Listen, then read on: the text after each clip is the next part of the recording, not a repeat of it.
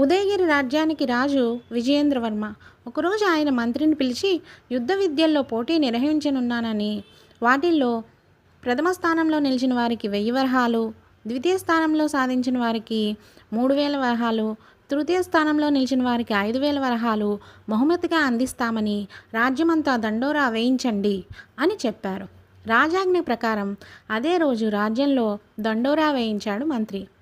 అది విని ప్రథమ కంటే ద్వితీయ, తృతీయ బహుమతులకే ఎక్కువ వరహాలు అంటూ పొరపాటుగా ప్రకటించారేమో అని అనుకున్నారందరూ.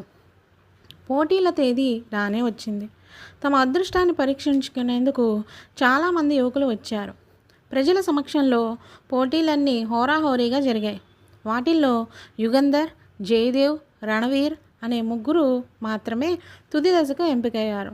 మహారాజు ఆ ముగ్గురిని పిలిచి బహుమతి వివరాలను మరోసారి స్వయంగా వివరించారు. అంతేకాదు, మీ ముగ్గురు తమ ఆస్థాన మల్లయోధుడిని ఓడిస్తే ప్రథమ స్థానంలో నిలుస్తారని, ఓడిపోతే ముగ్గురు తృతీయ స్థానంలో నిలిచి ఆ మేరకు ప్రకటించిన ఆ బహుమతి అందుకుంటారు అని చెప్పారు. మొదటిగా ఆస్థాన మల్లయోధుడితో యుగంధర్ పోటీలోకి దిగాడు. తృతీయ బహుమతికి ఎక్కువ మొత్తం కావడంతో ఓడిపోవడమే మంచిదనుకున్నాడు. అందుకు తగ్గినట్టే ప్రత్యర్థికి ఏమాత్రం పోటీ ఇవ్వకుండానే ఓడిపోయాడు. ఆ తర్వాత జయదేవ్ కూడా అదే ఆలోచనలతో బరిలోకి దిగాడు. ఏదో తూతు మంత్రంగా పోరాడినట్లు చేసి ఓటమి పాలయ్యాడు. రణవీర్ మాత్రం పట్టు విడవకుండా ఆస్థాన మల్లయోధుడితో తలపడి విజయం సాధించాడు.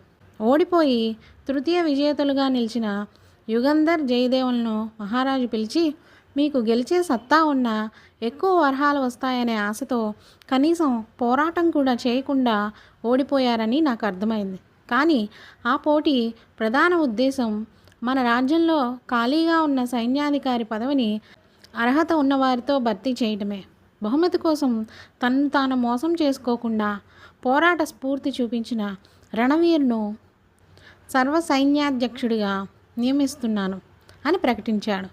రాజు వేయించిన దండోరాలోని మర్మాన్ని అర్థం చేసుకోకుండా కేవలం బహుమతి సొమ్ము కోసం కకృత్తిపడి మంచి అవకాశాన్ని చేజేతులా కోల్పోయామని జయదేవ్, యుగంధర్లు బాధపడ్డారు.